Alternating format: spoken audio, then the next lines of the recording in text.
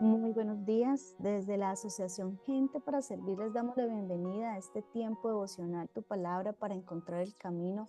Hoy, agosto 16 del 2024, les invitamos para que continuemos con la lectura de la Biblia en un año en el libro de los Salmos, desde el capítulo 133 al 135 y en Romanos en el capítulo 15 del 1 al 20.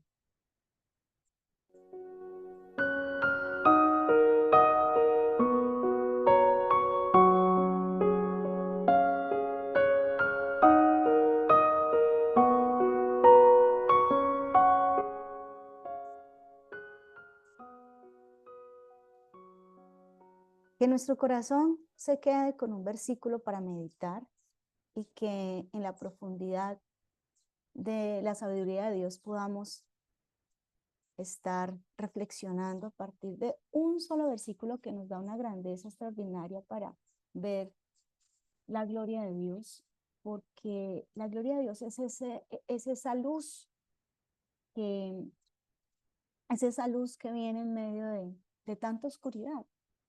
La gloria de Dios la podemos ver en la bondad y la misericordia del Eterno, al reconocer que todo lo que somos, tenemos, hacemos, a Él se lo debemos, pero sobre todo la gloria de Dios la podemos ver en, en un regalo extraordinario que Pablo toca en un versículo como Romanos 15:3. Este versículo personalmente viene a ser respuesta en un momento de mi vida que fue fundamental para tener la convicción y la certeza de continuar en este camino sirviéndole al Señor con todo mi corazón, pero además con todo lo que soy, es decir, con todo mi tiempo, con todo mi esfuerzo, con todo lo que humanamente tenía y en ese momento solo necesitaba la certeza de que el Espíritu de Dios se manifestara en mi vida. Y aunque es una experiencia muy personal, más allá quiero dejarle a usted lo que significó esa evidencia cuando en mi oración le decía al Señor, necesito experimentar tu poder, el poder de tu espíritu en mí. Necesito saber que esto no es una invención propia. Necesito que tú me marques en la certeza de que estoy llena de tu espíritu. Y estando en Tierra Santa me encontré con este pasaje que luego el Señor vino a mostrármelo y a enseñármelo casi que a través de una mediación pedagógica que me marcó completamente en esto que quiero compartirle y dejar. Y es que Romanos 15:13 dice, y el Dios de esperanza os llene de todo gozo y paz en el creer para que abundéis en esperanza por el poder del Espíritu Santo. Mire, coja ese versículo, escríbalo, medítelo y páselo por el filtro primero de lo que Dios quiere dejarle hoy, pero que le debe quedar para toda su vida, porque estamos en un camino de bendición, sí, pero estamos en el mundo y aunque recorremos el camino de bendición, el Señor Jesucristo dijo en el mundo de aflicción. Y cuando yo me encuentro con este versículo justo en Tierra Santa, uh, en una experiencia bastante traumática, ¿sí? Eh, eh, Vivimos, mi esposo y yo, una situación al quedarnos allí eh, después de un, de un incidente donde humanamente no veíamos ni podíamos ver una respuesta. Y yo me acordaba de este pasaje, cómo Dios me había hablado, porque la marca del poder del Espíritu Santo está en la esperanza que abunda en usted. La marca del Espíritu Santo, una persona que está marcada con el Espíritu Santo, que tiene la influencia del Espíritu de Dios, esa luz que resplandece en medio de las tinieblas, es justamente la esperanza como un indicador de que el poder de Dios obra en usted a través del Espíritu Santo.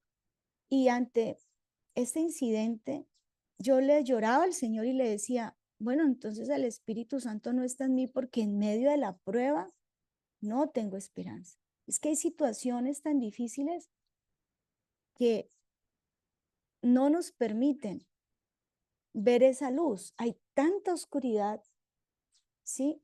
Y la tiniebla abunda tanto que no le permite a usted encender esa luz de esperanza.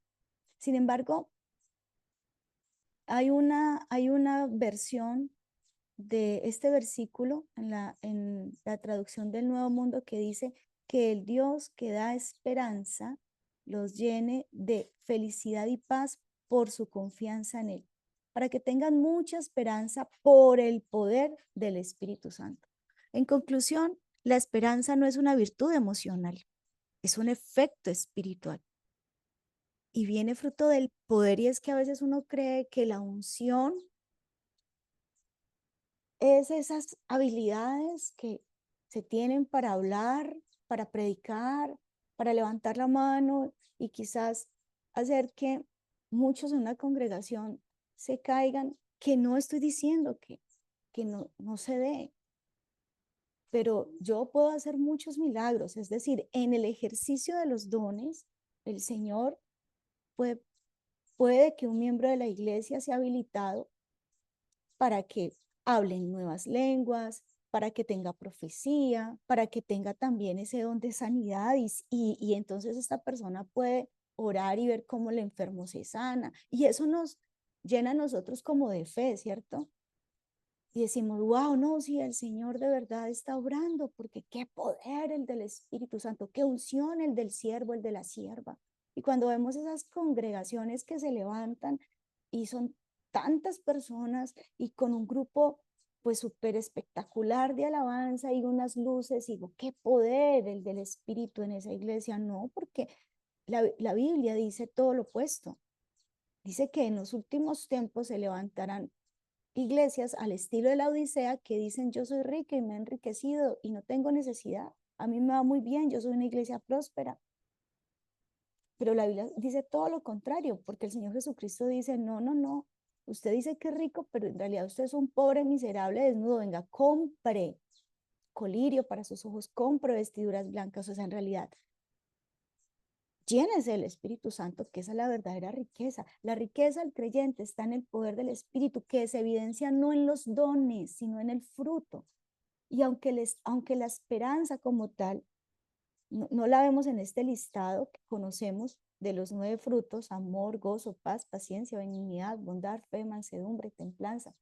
Uno no ve esperanza, pero es que la esperanza va ligada a esa paz, a ese gozo, ¿sí? Que trae la fe y la certeza en el Señor. Retomemos un poco el libro de Romanos, considerando que es una de las epístolas más importantes del Nuevo Testamento. Es un documento que destaca la salvación mediante la fe en quién, en Cristo, en Jesucristo. Y hoy más que nunca entiendo por qué mi fe en Jesucristo me llena de esperanza, porque si la esperanza es esa luz que ilumina las más densas tinieblas por el poder del Espíritu Santo, Jesucristo viene y dice en Juan 4, yo soy la luz verdadera que alumbra en este mundo. Si entendiéramos lo que significa la luz, esa luz que viene en Cristo, ¿sí? Para restaurar un diseño original, porque nosotros éramos seres de luz. Pero las tinieblas llegaron e hicieron que después de ser una creación de luz, con la esencia misma de Dios, porque la esencia de Dios es luz, y esa luz inaccesible de la que habla Timoteo, 1 Timoteo 1:16, una luz inaccesible, ¿sí? Se hizo accesible a través de Cristo. Por eso cuando usted va a Génesis capítulo 1, versículo 3, dice que el Señor o el Creador interrumpe en un plano para darle lugar primero a la luz, pero fíjese que no es la luz del sol ni de la luna, no es esa luz creacional que viene en medio de la nada para dar a conocer ese poder de Dios que le da lugar a lo que es bueno, porque cuando el Señor hace la luz, ¿qué es lo primero que hace? ¿Sí? O cuando dice, sea la luz, y fue la luz, fue esa interrupción de la esencia de Dios en un plano que posteriormente sería lo que hoy conocemos como la creación, pero la esencia de la luz siempre estaba, siempre fue. Y esta luz verdadera que está desde el principio, que es la vida misma, en algún momento pues fue interrumpida. Y antes éramos seres de luz, pero ahora por la caída, por todo lo que se dio en lo que hasta ahora hemos conocido en Génesis, por alguna razón el hombre se dejó oscurecer en su corazón. Este libro de Romanos nos presenta a través de Pablo la importancia de poner nuestra fe en Jesucristo y de aprender a vivir una vida justa y santa en él. Pero particularmente el capítulo 15, Pablo habla de la importancia de la unidad entre los creyentes y les empieza a animar para que se ayuden mutuamente en el camino de la fe, porque en medio de este mundo de tanta oscuridad lo que necesitamos seres luz y antorcha encendida, que es esa esperanza que abunda. Y por eso el versículo 3 es una hermosa oración que Pablo le hace a Dios para que llene de esperanza, de gozo y de paz a los creyentes, pero ¿por medio de quién? Del Espíritu Santo. Luego, en medio de una dificultad, lo que usted necesita es que la luz del Señor llegue a su vida a través del Espíritu Santo. Y entonces esa esperanza se va a traducir en la confianza y en la expectativa en la expectativa, en la seguridad de que las cosas van a feliz término en las manos del Señor. La esperanza me permite a mí entender que el Creador en su esencia divina me compartió esa luz y que tarde que temprano yo voy a retornar a esa luz verdadera y que aunque hoy las cosas se llenen de oscuridad y de tiniebla, lo que vivo hoy no se compara a lo que voy a vivir más adelante, por supuesto, de la mano del Señor. Él cumplirá su promesa, Él nos guiará. La esperanza es un regalo divino que nos ayuda a perseverar en la fe, porque el Señor Jesucristo en su momento más oscuro que lo vivió en el Getsemaní, ¿qué hizo? En ese momento donde su alma estaba tan angustiada, tan lleno de sentimientos que seguramente nosotros hemos conocido y que nuestro Señor conoció, porque la luz verdadera, la que vino a este mundo interrumpió y participó de carne y de sangre, o sea, la esencia nuestra era de luz como tal cuando fuimos creados, pero tras la caída fuimos expulsados de ese lugar del Edén y ahora somos carne y sangre. Y el Señor Jesucristo viene para mostrarnos el camino, siendo la luz verdadera también, y participa de carne y de sangre. Luego, es esa luz que se cubre de este cuerpo, ¿sí? Y Él muere, pero luego Él resucita. ¿Y cómo resucita? La resurrección evidencia que el Señor sí restaura esa esencia original nuestra, que es la luz verdadera, porque Él resucita y su cuerpo era diferente. Si bien era reconocido, pero, o sea, no era reconocido al principio. Era un cuerpo de luz, porque Él atravesaba paredes incluso. Y Él es la primicia de la resurrección, pero porque para allá vamos todos. Por supuesto, si usted tiene fe en Jesucristo y si conoce y reconoce al Padre que está en los cielos a través de este camino que nos fue dado, que a nosotros fue Jesucristo. Este versículo tiene una profundidad impresionante porque Dios quiere que nos llenemos de esperanza, pero por supuesto, es estar llenos de Él, de su presencia, de su poder, y que sintamos gozo, paz y plena confianza en Él, a pesar de que en medio del mundo hay dolor, hay sufrimiento, hay desesperanza. Pero cuando podamos alcanzar ese poder del Espíritu que nos llena de esperanza, vamos a poder también dar consuelo a otros, ayudar a otros. Ahí es donde nos encontramos con la fuente de la verdadera fortaleza, de la paz, de la esperanza, para que podamos confiar en Él. Y tremendo esto porque acerca de lo que es la esperanza viene también el Salmo 133, que están muy relacionados, porque si bien la esperanza viene por el poder del Espíritu Santo que obra en mí, cuando yo pongo mi fe en el Señor, cuando decido caminar y mantenerme firme en Él. Pero resulta que el Espíritu Santo se mueve y en la Biblia lo encontramos de una manera muy simbólica, y en el Salmo 133, que hace parte de la lectura de hoy, se muestra el Espíritu Santo. Mirad cuán bueno y cuán delicioso es habitar los hermanos juntos en armonía. Es como el buen óleo sobre la cabeza, el cual desciende sobre la barba de Aarón, y baja hasta el borde de sus vestiduras, como el rocío de Hermón, que desciende sobre los montes de Sión, porque allí envía Jehová bendición y vida eterna. Cuando aquí nos está hablando del óleo sobre la cabeza, estamos hablando de la presencia del Espíritu Santo, de esa unción que viene, y viene sobre la cabeza refiriéndose a la autoridad, ¿sí? Al principio del cuerpo como tal, pero ¿fruto de qué? De lo bueno que es habitar los hermanos juntos en armonía. Y aquí un misterio. Y es que este poder de la esperanza que viene por el poder del Espíritu Santo, este gozo y esta felicidad que viene por el Espíritu Santo, claro que sí, puede ser interrumpida, y puede que usted conozca teóricamente de quién es el Espíritu Santo, qué es esperanza, qué es amor, qué es gozo, pero usted no lo experimenta, y menos en los momentos más difíciles.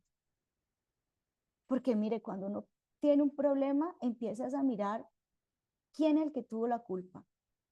Y en esta situación que les comentaba al principio, que vimos mi esposo y yo, claro, humanamente uno empieza a decir, usted tuvo la culpa, usted no vio, usted no se percató, y empezamos a entrar en discordia.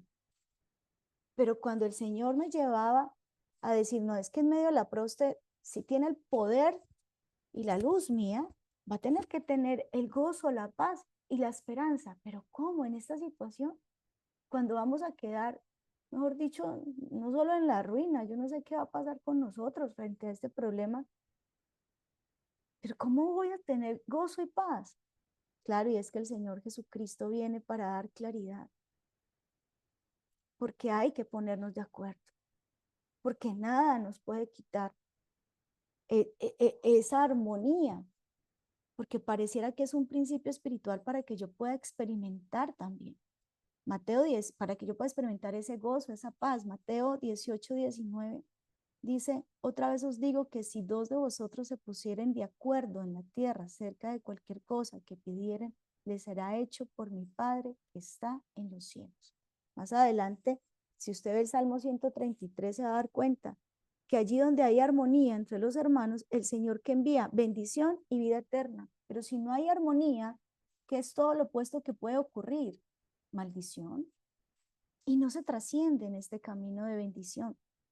Al contrario, todo creyente anhela ver la respuesta de Dios, y sobre todo la respuesta en medio de los problemas, de las pruebas. Porque se ora tantas veces, pero sin respuesta. Y es que Mateo 18:19 expresa,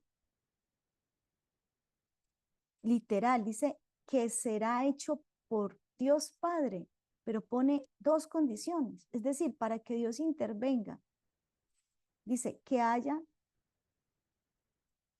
dos creyentes que se pongan de acuerdo. Ahora, si hacemos la traducción tanto de este pasaje de Mateo 18, que habla de ponerse de acuerdo, con lo que dice el Salmo 133, que dice que se experimenta armonía. podemos ver que viene de una palabra que van muy relacionadas. Si dos están acorde, ¿sí? Esa palabra acorde o de acuerdo o en armonía también viene el griego sinfonía.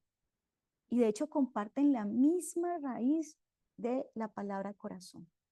Así que en términos prácticos y muy aplicativos, lo que podemos ver es que un corazón armónico es el acuerdo que se necesita para que haya sinfonía.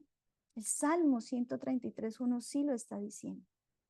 Y Jesús está en medio de aquellos que andan en armonía, en medio del corazón que puede experimentar este tipo de presencia divina.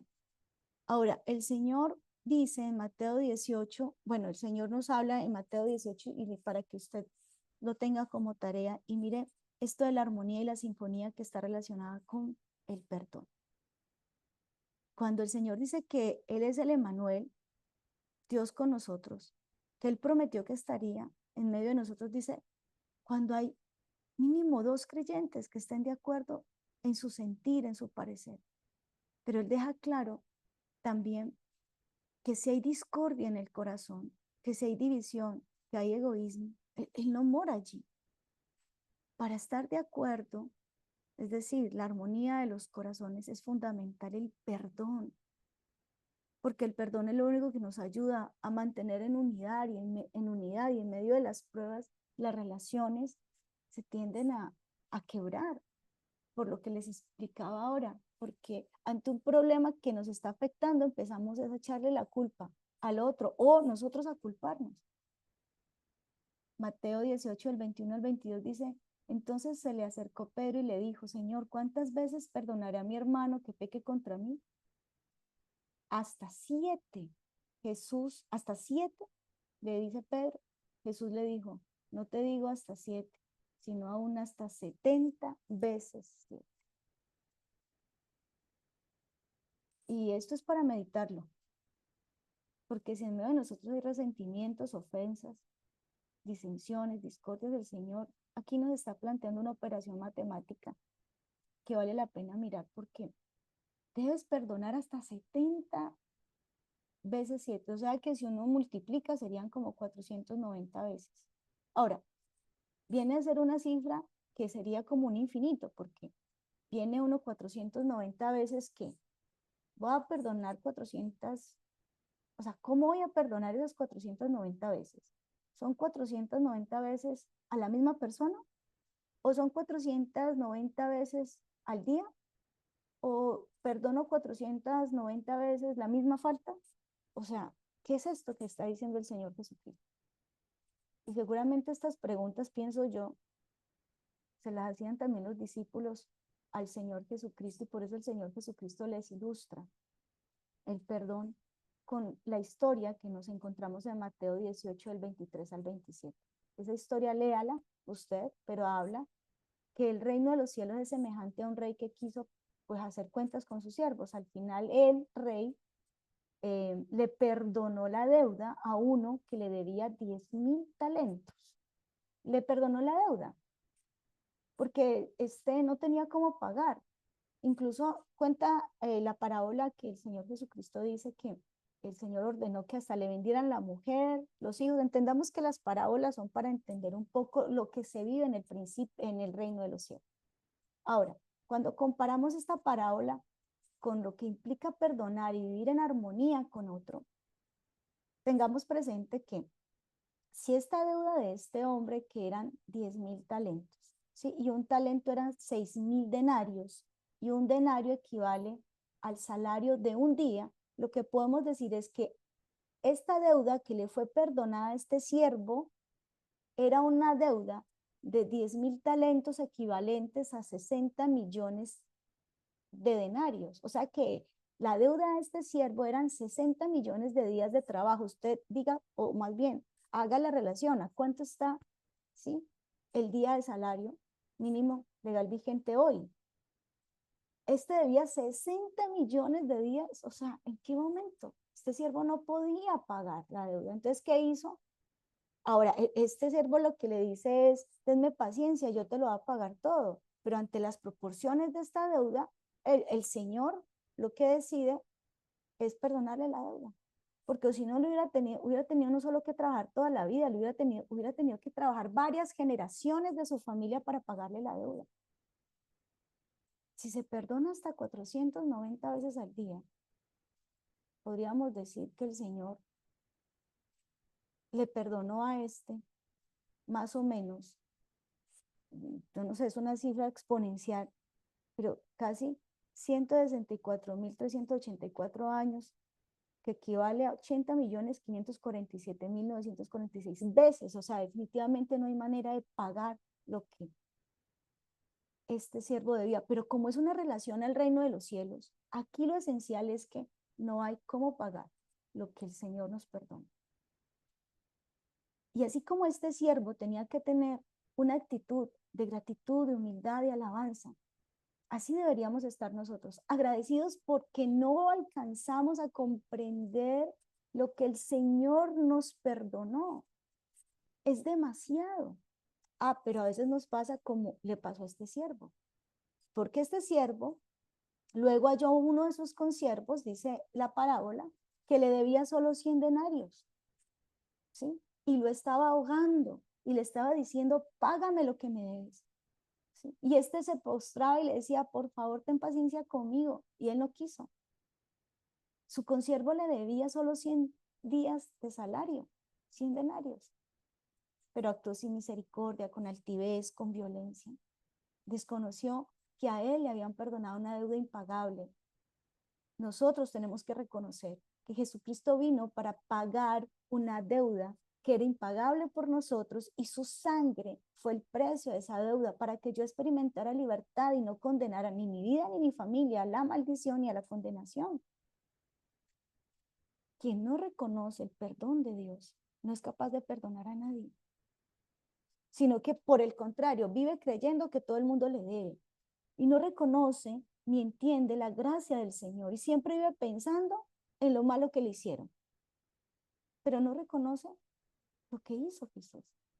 Quien no aprende a perdonar no podrá disfrutar no solo del perdón, sino del poder del Espíritu que le va a traer esperanza en medio de las más grandes pruebas. Estamos llamados a perdonar. Yo no sé qué le hizo a usted, su papá, su mamá, yo no sé qué le hizo el mundo, el sistema, pero el Señor nos demanda que de lo que hemos recibido demos. Y Él no pide nada que no nos haya dado antes. El llamado es a perdonar de todo corazón. Y si no hay perdón de todo corazón, no podemos experimentar armonía en el corazón. Y si no hay armonía en nuestro corazón, no podemos experimentar el poder del Espíritu de Dios. Ahora, que es que no me lo aguanto, el problema no es del otro, el problema es suyo. Si es que quiere tener el poder del Espíritu de Dios en su vida. Solo si quiere, ¿no? Porque si usted no está interesado en experimentar el poder de Dios en su vida, no se preocupe por esto. Este tema no es para usted. Reconozcamos la deuda que Jesús pagó por nosotros. Oremos. Oremos en este momento y pidámosle al Señor que abra nuestra mente y que nuestro corazón sea ese buen terreno para recibir la enseñanza que va más allá del intelecto. Oremos con todo nuestro corazón en este día.